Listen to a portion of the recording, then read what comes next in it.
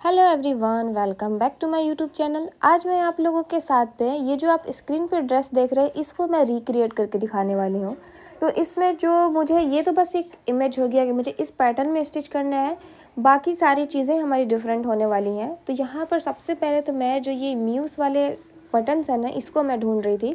काफ़ी मेहनत मुशक्क़त के बाद मुझे इस शॉप पे लगभग 2 महीने के बाद मुझे ये स्टोन मिली और फिर मैंने यहाँ से 1000 रुपीज़ का जो है स्टोन बाय किया। 1000 रुपीज़ में मुझे सिर्फ 168 ये स्टोन मिले हुए थे। उसके बाद मैं चली गई दूसरे शॉप पे और वहाँ से मैंने ये रेनबो वाले सीक्वेंस लिए और फिर दूसरे पर्ल्स वाले शॉप से मैंने छोटे वाले पर्ल्स ले लिए थे। उसके बाद जी मैं यहाँ पर फैब्रिक लेने चली गई थी। पहले से मैंने फैब्रिक लिया हुआ था पर कम था तो मैंने थोड़ा और ले लिया। इस फैब्रिक का जो नाम है ना वो रेमन सिल्क है और इनके पास देख सकते हैं ये होल सेलर है फैब्रिक के, तो काफ़ी ज़्यादा वैरायटी थी और बहुत सारे कलर चार्ट भी थे। और एंड में आप लोग हमें इसे पहने हुए भी देखेंगे। मैं आप लोगों को दिखाऊंगी इसका फुल लुक, ये कितना ज़्यादा खूबसूरत लग रहा था बनने के बाद से। अब एक एक चीज़ डिटेल में देख लेते हैं। तो सबसे पहले ये हमारी फैब्रिक हो गई। फैब्रिक जो मैंने टोटल यूज़ किया है इस ड्रेस को बनाने के लिए वो मैंने 4 मीटर लिया था। अच्छा, मेरे जो फैब्रिक की विड्थ है ना वो 1.5 मीटर थी, यानी 60 इंच का पन्ना था इस फैब्रिक का, तो जाके मैंने 4 मीटर लिया। अगर आपका नॉर्मल पन्ने की ड्रेस है तो आप और भी ज़्यादा ले सकते हैं या फिर आपके हाइट के अकॉर्डिंग भी डिपेंड करेगा कि फैब्रिक कितनी चाहिए। मेरी जो शर्ट है वो बहुत लंबी है और उसके हिसाब से मुझे 4 मीटर फैब्रिक यूज़ हो गए थे। ये रही वो पर्ल्स जो कि सबसे छोटे साइज़ की पर्ल्स होती हैं, इसको 2 नंबर पर्ल्स बोल रहे थे। और ये वही वाली हमारी रेनबो सीक्वेंस हो गई जो कि मैंने ख़रीदी हुई थी। और ये हमारा म्यूज़, ये इतना सा ही म्यूज़ मुझे जो है ना वो मिला था 1000 रुपीज़ का। इतनी ज़्यादा कॉस्टली थी ये, फिर मैंने ले लिया क्योंकि बहुत ज़्यादा ट्रेंड में आजकल चल भी रहा था। ये हर जगह पाकिस्तानी आउटफिट में लगे हुए नज़र आ रहे थे। और मैंने ये रेनबो साइन में ही ये राइनस्टोन चैन भी ले लिए थे। लगभग ये जो चैन है वो मैं 7 मीटर ली हुई थी, जो कि सिर्फ मैंने शर्ट पे यूज़ किया था। प्लाजो पे ये कम पड़ गया था, नहीं यूज़ कर पाई। अब आप लोगों को इस ड्रेस को बनाने के लिए पहले कुर्ती की कटिंग देखना बहुत ज़रूरी है। तो यहाँ पर 28 इंच विड्थ से मैं यहाँ पर फैब्रिक को काट के अलग करूँगी, क्योंकि पहले ही मैंने आप लोगों को बताया था कि मेरे फैब्रिक की जो टोटल विड्थ थी वो 60 इंच थी, तो उसमें से मैंने 28 इंच माइनस कर लिया, निकाल लिया अपने शर्ट के लिए, क्योंकि जो मैं चेस्ट बनाने वाली हूँ 38 चेस्ट के हिसाब से बनाऊँगी। तो यहाँ पर 28 इंच में मैंने पूरे 3 मीटर कपड़े काट के निकाले हैं। तो सबसे पहले मैं अपने कुर्ती की ही कटिंग करने वाली हूँ। अब इसे हम इस तरीके से फ़ोल्ड कर लेंगे। यहाँ पर भी ये हमारी जुड़ी हुई थी तो इसको भी मैं काट कर अलग कर ली थी। 3 मीटर ये हमारा फैब्रिक एक साथ था और 1 मीटर अलग से था स्लीव्स के लिए। ये देखिए, सबसे पहले मैंने यहाँ पे एक स्ट्रेट लाइन ड्रॉ कर दी। पहले मैं बैक साइड की कटिंग करूँगी, तो उसके लिए 7.5 इंच मैंने शोल्डर लिया है। मेरा जो साइज़ है वो मीडियम है। 1.25 इंच शोल्डर डाउन करके और 7.5 पे ही मैंने आर्म होल का भी निशान लगा दिया। इस साइड से भी 7.5 पे निशान लगाएंगे और उसके बाद अब यहाँ पर अपने कमर का निशान लगाएंगे, जो कि मैं 15 इंच पे लगा रही हूँ। और 22 इंच पे मैं यहाँ हिप की निशान लगा रही हूँ। 22 या 23 पे मैंने हिप का निशान लगाया हुआ है। और अब सभी लाइंस को पहले तो हम सीधा कर लेंगे, उसके बाद हम अपने फिटिंग के अकॉर्डिंग इस पर मार्किंग करेंगे। मेरे सभी प्यारे व्यूवर से रिक्वेस्ट है कि प्लीज़ आप लोग चैनल को ज़रूर सब्सक्राइब कर लीजिएगा। वीडियो थोड़ी सी भी पसंद आए तो लाइक करना बिल्कुल नहीं भूलिएगा। अब 38 का 4th पार्ट करके 9.5 इंच पे मैंने यहाँ पे एक निशान लगाया। 1.5 इंच आगे बढ़ाकर एक्स्ट्रा मार्जिन रख लेंगे। वेस्ट के लिए मैं 8.5 पे लगा रही हूँ और 1.5 इंच एक्स्ट्रा मार्जिन। हिप यहाँ पर मैं थोड़ी लूज़ रखूँगी तो 10.5 पे मैंने लगाया और 1.5 इंच यहाँ पर भी मैं मार्जिन ले लूँगी। अब सारे मार्किंग को कनेक्ट करने के बाद से आर्म होल को भी ड्रॉ कर लेंगे। अगर आप आर्म होल ऐसे नहीं ड्रॉ कर पाते तो आप स्केल रख के भी ड्रॉ कर सकते हैं। अब नेक की जो विड्थ है वो मैं रेडी विड्थ जो है वो 6.5 इंच रखूँगी, तो उसके लिए मैंने 3.25 पे इस तरीके से स्ट्रेट लाइन ड्रॉ करके और फिर शोल्डर डाउन मैंने कर दिया। अब देखिए, ये पूरी 1.5 मीटर की जो हमारी लंबाई थी ना वो थी, लेकिन यहाँ पे मैंने बाद में देखा कि नीचे के साइड में कपड़ा कुछ तिरछा सा है, तो वहाँ से मुझे कपड़ा काट के निकालना पड़ा। और जो घेरा है नीचे में वो मैंने यहाँ पर रेडी 14 इंच लिया हुआ था, जिसमें हमारी फोल्डिंग भी हो जाएगी। इन्हीं मार्किंग के ऊपर मैं इसकी कटिंग कर लूँगी। काफ़ी टाइम से मैं ये ड्रेस बनाने का सोच रही थी, लेकिन ये ईद के टाइम में, रमज़ान के टाइम में इतना ज़्यादा रश होता है ना कि खुद की ड्रेसेस बनाने का टाइम ही नहीं मिलता है। खैर, मैंने आज तो ये ड्रेस बना लिया और आप लोग से, सभी लोगों से मुझे उम्मीद है कि आप लोग ज़रूर मेरे वीडियो को पूरा वॉच करेंगे और अपने दोस्तों में भी शेयर करेंगे। तो बैक पार्ट की हमारी जो कटिंग है वो कंप्लीट हो चुकी है। अब हम फ्रंट पार्ट के लिए कटिंग करेंगे। तो मैंने यहाँ पे आप लोगों को दिखाने के लिए बैक लिख भी दिया। अब वापस से सेम उसी तरीके से कपड़े को डबल फोल्ड कर लेंगे पूरे लंबाई में, और इसके ऊपर मैंने अपने बैक पार्ट को सेंटर से 1.25 इंच बाहर की तरफ करते हुए रखा है। ये देखें, 1.25 इंच तक मैंने इसे फ्रंट पार्ट को एक्स्ट्रा रखा हुआ है। उसके बाद अब हम इसकी भी कटिंग कर लेंगे। 1.25 इंच जो एक्स्ट्रा था वो इसलिए क्योंकि मैं इसमें स्लिट डालने वाली हूँ। तो सेंटर से 4.5 या 5 इंच पे मैं निशान लगा रही हूँ। इस तरीके से स्ट्रेट लाइन ड्रॉ कर देनी है। ये आपकी चॉइस है, अगर आप बहुत ज़्यादा स्लिम है तो आप 4 इंच पे भी लगा सकते हैं। आप हेल्दी हैं तो 5.5-6 इंच भी रख सकते हैं। मैंने यहाँ पर 4.5 से 5 इंच के बीच ही रखा हुआ है। पूरे नीचे तक इस तरीके से निशान लगाकर स्केल से लाइन को सीधा कर लेंगे और जस्ट इसके ऊपर हम इसकी कटिंग कर लेंगे। तो जो एक्स्ट्रा 1.25 इंच लिया था वो इसीलिए था क्योंकि जब हम इसे कट करके वापस से ज्वाइन करेंगे तो जो हमारा सिलाई मार्जिन है वो उसमें एडजस्ट हो जाएगा।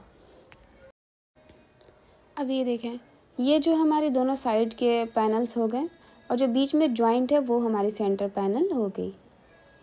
पहना हुआ ना इसका लुक बहुत ज़्यादा खूबसूरत आ रहा था, बिल्कुल स्टैंडर्ड वाइब दे रहा था। अब ये देखिए, अब यहाँ पर ऊपर से मैं 22 इंच पे निशान लगाऊंगी। यहाँ तक मैं इसे सिलकर अटैच कर लूँगी। जो दोनों साइड के हमारे पैनल्स है वहाँ तक मैं इसे अटैच करूँगी सिलाई लगाकर। बाकी इसके नीचे का जितना भी हिस्सा है वो हमारे स्लिट की तरह ओपन होगा, जो कि हमारे बिल्कुल थाइस के सेंटर में आएगा। दोनों फैब्रिक के ऊपर से इस तरीके से निशान को मैंने मिला लिया ताकि बिल्कुल इक्वल ये हमारे जॉइंट हो। मैं जॉइंट करके आप लोगों को दिखाती हूँ। फिर उससे पहले ना हम स्लीव्स की भी साथ साथ कटिंग कर लेते हैं। जो हमारा 1 मीटर का एक्स्ट्रा फैब्रिक था ना, उसमें से ही मैं स्लीव्स को यहाँ पे कट कर रही हूँ। तो स्लीव्स जितनी आपकी चेस्ट है उसके अकॉर्डिंग आपको 4 फोल्ड करके बिछा लेना है। और जो स्लीव्स की टोटल लेंथ मैं यहाँ पे रख रही हूँ वो 23 इंच है, जिसमें मेरी मार्जिन भी आ जाएगी क्योंकि मैं स्लीव्स को पूरा फुल भी नहीं बना रही हूँ और 3 स्टेप भी नहीं बना रही हूँ। और इसकी जो मोहरी मैंने रखी है वो 7 इंच रखी है, बाद में मैंने इसे कम भी कर दिया था। स्लीव कैप को ड्रॉ करेंगे और अपने इसी मार्किंग के ऊपर स्लीव्स की भी कटिंग कर लेंगे। स्लीव्स हमारी बिल्कुल सिंपल बनने वाली है, हालांकि इस पर भी मैं एम्ब्रॉयडरी करने वाली हूँ। मेरे लाइफ का ये फर्स्ट टाइम था कि जो कि मैंने किसी सूट के ऊपर से एम्ब्रॉयडरी किया है, और ये इतना ज़्यादा प्रिटी लग रहा था कि मैंने खुद नहीं सोचा था कि मैं इतना अच्छा भी कुछ ड्रेस बना सकती हूँ। अच्छा, स्लीव्स में फ्रंट साइड की भी कटिंग कर देंगे और कुर्ती में भी मैंने फ्रंट साइड की कटिंग कर ली थी। ये रहा हमारा नेक। बोट नेक मैं बना रही हूँ, ना ही बहुत छोटा और ना ही बहुत बड़ा, ठीक है। उसकी मैंने क्लिप मिस कर दी थी, मुझे लगा था रिकॉर्ड हो रहा है पर वो रिकॉर्ड ना हो सका, इसलिए मैं नाप के नहीं दिखाई। अभी देखिए, ये हमारे फ्रंट नेक की जो डीप है वो मैंने 5.5 रखी थी और बैक की 6.5। अभी ये देखिए, स्लिट भी हमने रेडी कर लिया, जॉइंट्स भी लगा दिए। स्लिट जो रेडी करने के लिए ना हमने अलग से पलटा लगाया हुआ था। तो फ्रंट पार्ट में मेरा इतना काम तो हो चुका है। अब बैक पार्ट के भी नेक को इस तरीके से रख के हम इसे भी अटैच कर लेंगे और फिर अटैच करके हम शोल्डर भी ज्वाइन करेंगे। उसके बाद आगे का प्रोसेस आप लोगों को दिखाते हैं। तो अब सबसे पहले एम्ब्रॉयडरी के काम में हमारा आएगा ये राइनस्टोन। इसके लिए ये मैंने B7000 का ग्लू लिया, जो कि ये भी मैंने अपने लाइफ में फ़र्स्ट टाइम ख़रीदा था। मैं बस देखती थी यूँ ही ऑनलाइन में कि बहुत सारे लोग इसका यूज़ कर रहे इस ग्लू का, पर मुझे नहीं पता था कि ये ग्लू वर्क करता है, कितना वर्क करता है, नहीं करता है। मुझे बहुत ही चीप रेंज में अपने लोकल मार्केट से ही मिल गया था।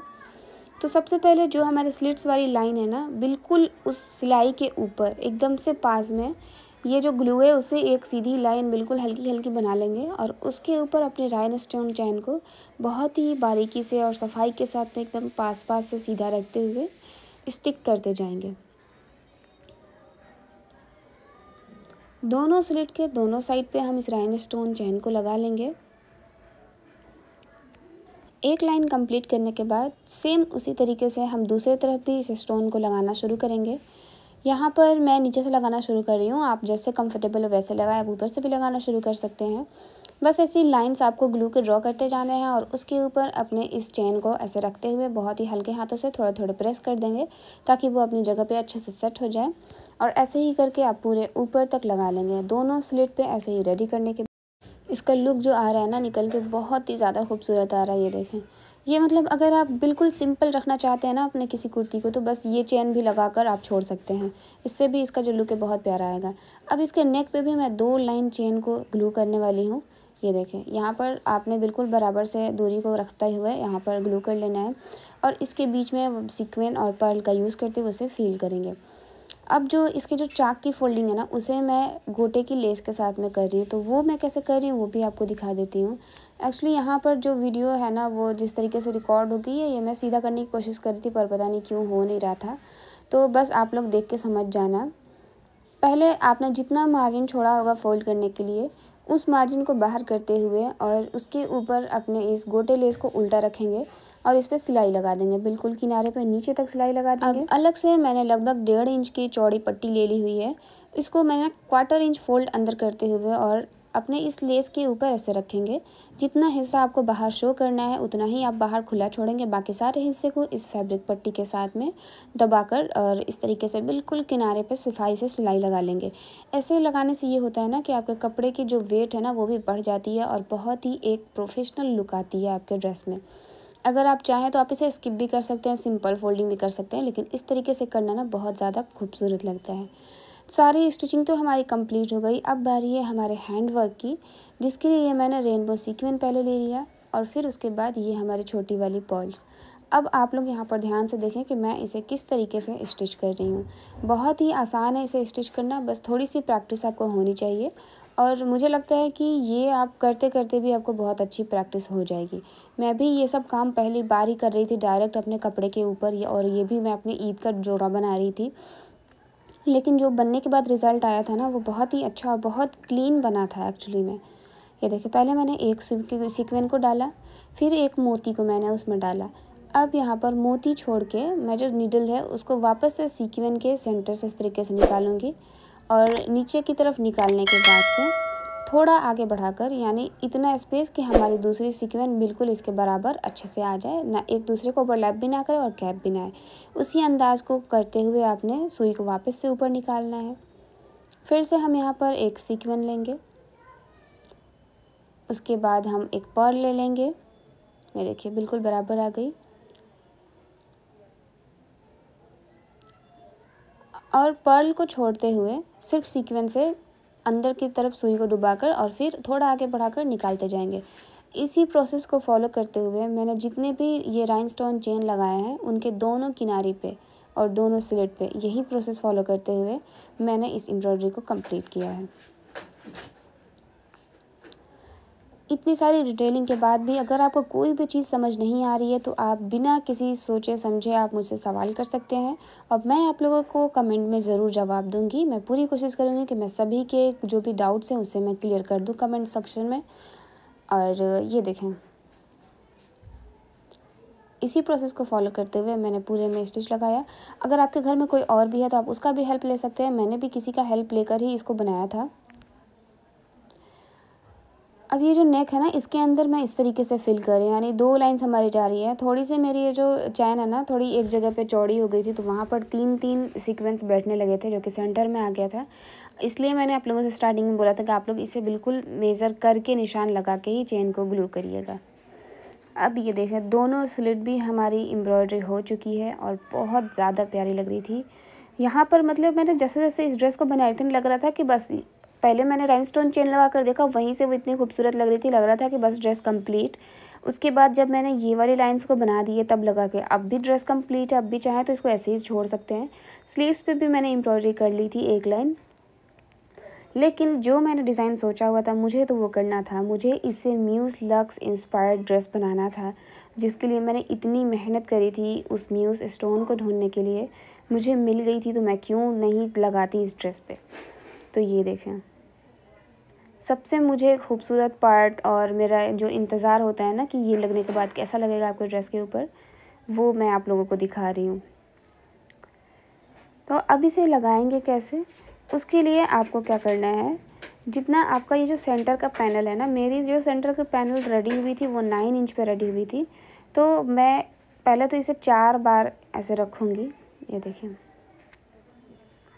एक लाइन में 4 हमारे म्यूज़ के स्टोन आएंगे। जो गैपिंग है वो बिल्कुल आपको बराबर बराबर रखनी है। अब उसके ऊपर वाले लाइन में हमारे 3 म्यूज़ स्टोन आएंगे जो कि उसके सेंटर में रखेंगे, ये इस तरीके से।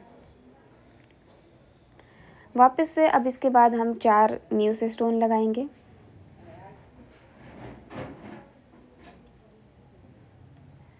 ये देखें, मैं जस्ट आप लोगों को रख के दिखा रही हूँ स्टिच कैसा करना है वो भी मैं आप लोगों को दिखाने वाली हूँ।